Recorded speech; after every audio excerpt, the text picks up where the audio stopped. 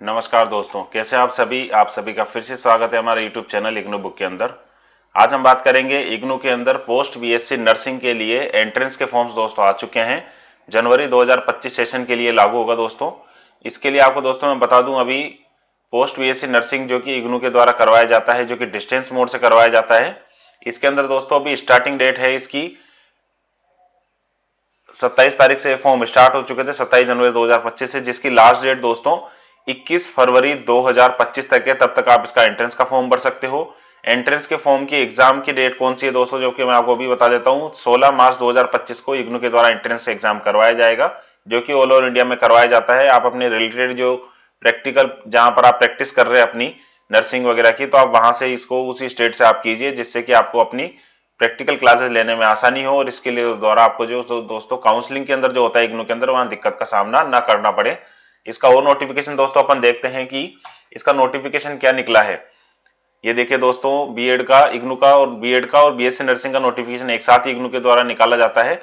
ये इग्नू के द्वारा नोटिफिकेशन निकाला गया है दोस्तों। जैसा कि मैं आपको इग्नू की वेबसाइट बता देता हूँ, यहाँ पर ignu.ac.in वेबसाइट है इग्नू की। यहाँ पे आप देखेंगे दोस्तों, अनाउंसमेंट्स में आप जाके अनाउंसमेंट्स के अंदर ये दिया हुआ है क्लियरली।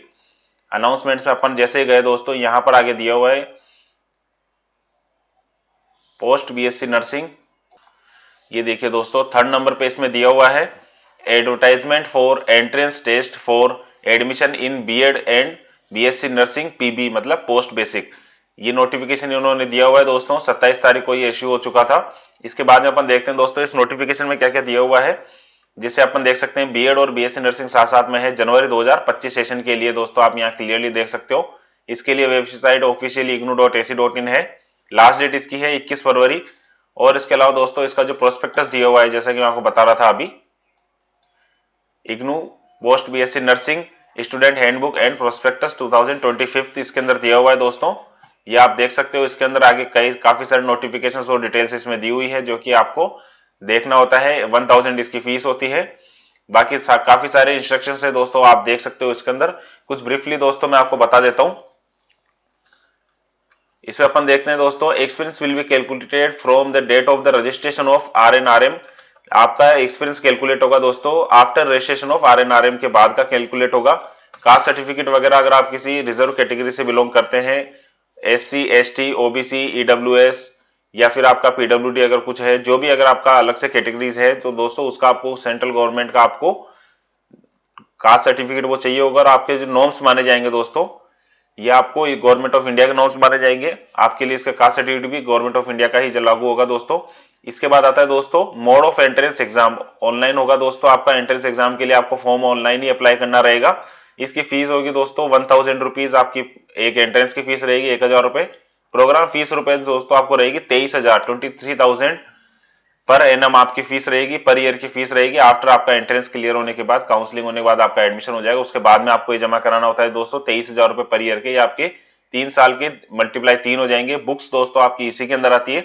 इसके अलावा दोस्तों आपको ओनली एग्जामिनेशन फीस देनी रहेगी 200 रुपए पर थ्योरी पेपर का, और 300 रुपए आपका प्रैक्टिकल फीस, आपको प्रैक्टिकल प्रोजेक्ट जो भी इंटर्नशिप फीस रहेगी वो आपको अलग से देनी पड़ेगी दोस्तों, एग्जामिनेशन फीस। इसके बाद में आता है दोस्तों कितनी सीट्स इसके अंदर है। टोटल नंबर ऑफ सीट्स इसके अंदर है दोस्तों 320 सीट टोटल इग्नू के द्वारा बताई गई है, जिसके अंदर डिवाइड किया गया दोस्तों 12 रीजन के अंदर इसको डिवाइड किया गया है। ये जो सीट्स रहेगी दोस्तों आपको डिवाइड रहेगी रीजन सेंटर वाइज के हिसाब से। कितनी रीजन सेंटर में कितनी सीट्स है दोस्तों, जैसे मैं आपको बता देता हूँ। ये जो आपका प्रोस्पेक्टस था मैंने आपको बताया था, आप इसके अंदर देखेंगे दोस्तों 67 पेज नंबर पे। ये देखिए दोस्तों एनेक्सर 8 इसके अंदर दिया हुआ है। आप इसमें क्लियरली देख सकते हो दोस्तों कितनी सीट्स इसके अंदर है। टोटल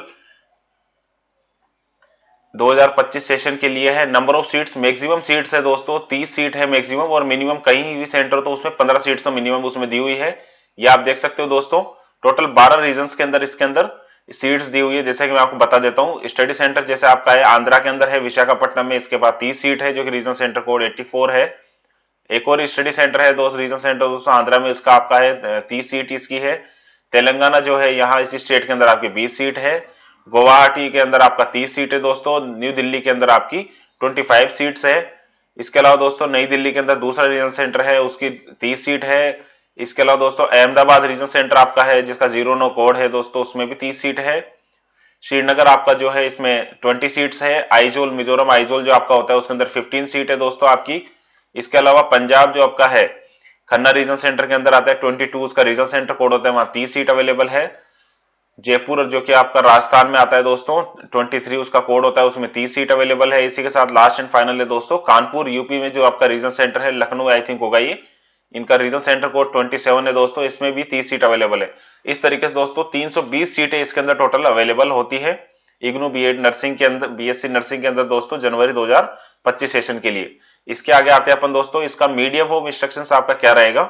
मीडियम ऑफ स्टडी आपका इंग्लिश रहेगा, इसके अलावा इसमें हिंदी मीडियम से आप कुछ भी एक्टिविटी नहीं कर पाएंगे दोस्तों। नेक्स्ट आपका होता है मेरिट लिस्ट कैसे बनेगी। कई स्टूडेंट्स का क्वेश्चन रहता है कि इसमें मेरिट लिस्ट कैसे बनेगी दोस्तों। हमेशा आप ध्यान रखिएगा जिस स्टेट में आप एडमिशन ले रहे हैं, आई थिंक आप जिस रीजन सेंटर को आप सेलेक्ट करके उसमें एडमिशन ले रहे हैं, कट ऑफ लिस्ट हमेशा उस रीजन सेंटर के अकॉर्डिंग ही चलती है दोस्तों।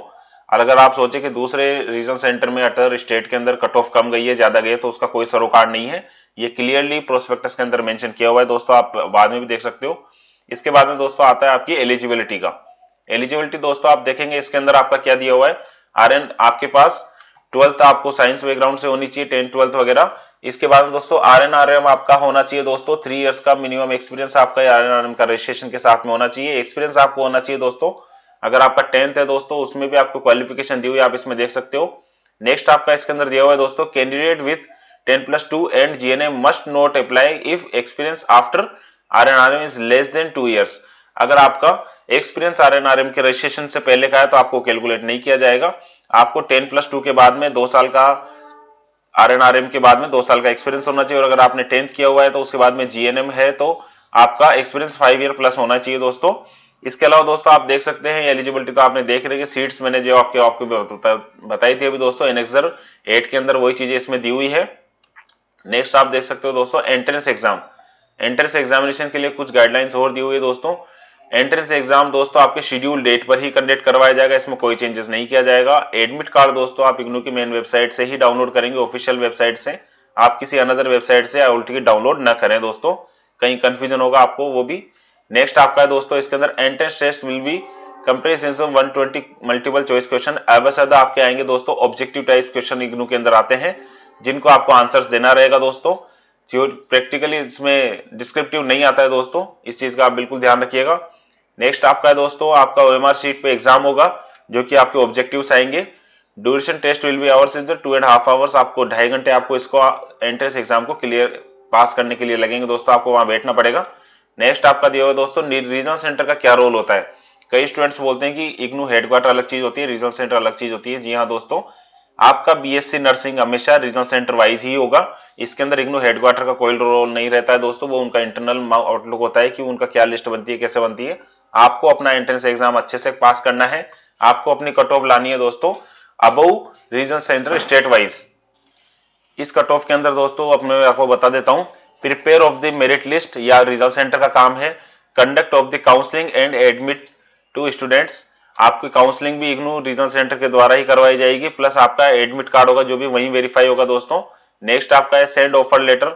अगर आपका एंट्रेंस के अंदर मेरिट में आपका नंबर आ जाता है दोस्तों, तो आपको ऑफर लेटर भी रीजनल सेंटर के द्वारा, कंसर्न रीजनल सेंटर के द्वारा भेजा जाएगा, जो कि आपको मेल पे भी भेजा जाता है, मैसेज भी आपको किया जाता है, कभी कभी लेटर भी आपको भेजा जाता है। Prepare counselling schedule and inform to candidate in advance. जब आपकी काउंसलिंग करवाई जाती है दोस्तों, उस टाइम पे आपको काउंसलिंग शेड्यूल के बारे में, इंडक्शन मीटिंग के बारे में, आगे प्रिपरेशन के बारे में बताया जाता है। आपको अपने स्टडी सेंटर का स्टाफ भी वहां मिल जाता है मैक्सिममली, तो आप वहां पे उनसे भी गाइडेंस ले सकते हो दोस्तों। एक मेन चीज होती है दोस्तों आपके एडमिट कार्ड के अंदर, जैसे मैं आपको सेकंड पॉइंट में आपको बता रहा था, conduct counselling and admit to the student.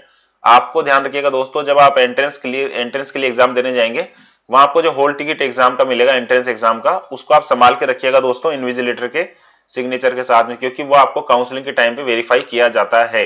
इसको आप विशेष तौर से ध्यान रखिएगा दोस्तों।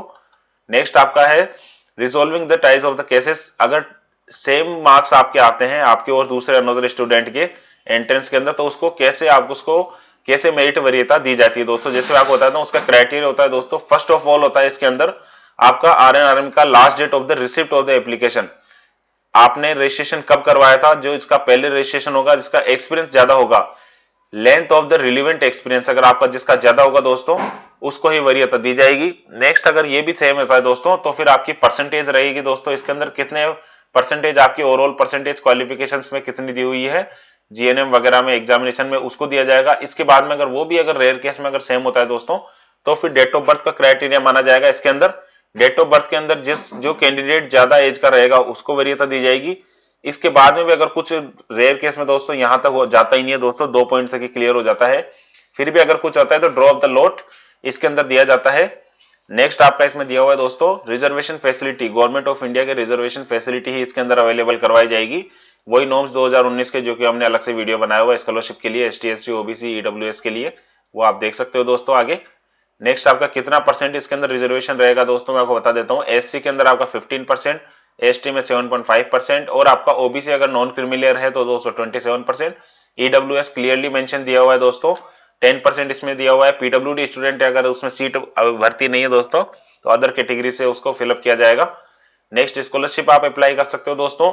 स्टेट स्कॉलरशिप तो मिलना खैर मुश्किल होता है, लेकिन आपको एनएसपी पे, नेशनल स्कॉलरशिप पोर्टल पे आप जाके इग्नू सर्च करके अगर आप एलिजिबल हो, एसटी एससी रिजर्व जो भी आपकी कैटेगरी होती है दोस्तों, तो आप वहां से स्कॉलरशिप फॉर्म अप्लाई कर सकते हो, इसके लिए कोई दो राय नहीं है दोस्तों।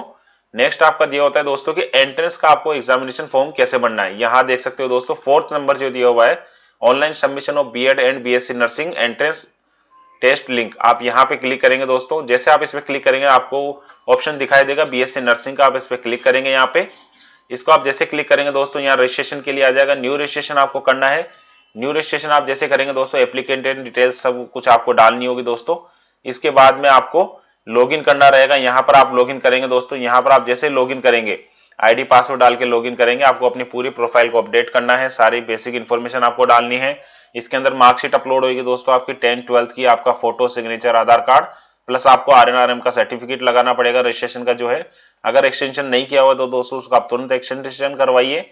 प्लस दोस्तों इसके साथ में आपको अपना एक्सपीरियंस सर्टिफिकेट भी इसमें अटैच करना होगा, जो कि बाद में वेरीफाई होगा। ऐसा नहीं है कि आप उसको बाद में वेरीफाई न करें दोस्तों। इस तरीके से दोस्तों आप अपना बीएससी नर्सिंग का एंट्रेंस का एग्जामिनेशन फॉर्म अभी भर सकते हैं। जैसे मैं आपको फिर बता देता हूँ, 21 फरवरी 2025 लास्ट डेट है। एंट्रेंस का फॉर्म भरने की 1000 रुपए इसकी फीस है, ऑनलाइन ही आपको भरना है, इसकी हार्ड कॉपी कहीं पर भी सबमिट नहीं होगी, ऑनलाइन आप भर के और आप टेंशन फ्री रहिए और आप तैयारी कीजिए, जिसका आपका एग्जाम होगा 16 मार्च 2025। बेस्ट ऑफ लक दोस्तों, आपको मिलते हैं अगले वीडियो में और एक नई बेहतरीन जानकारी के साथ। तब तक आप बने रहिए हमारे यूट्यूब चैनल इग्नू बुक के अंदर। आप हमारे चैनल के वीडियोस को काफी शेयर कीजिए अपने दोस्तों के साथ, जिससे कि और जुड़े। मिलते हैं दोस्तों अगले वीडियो में और एक नई बेहतरीन जानकारी के साथ। नमस्कार दोस्तों।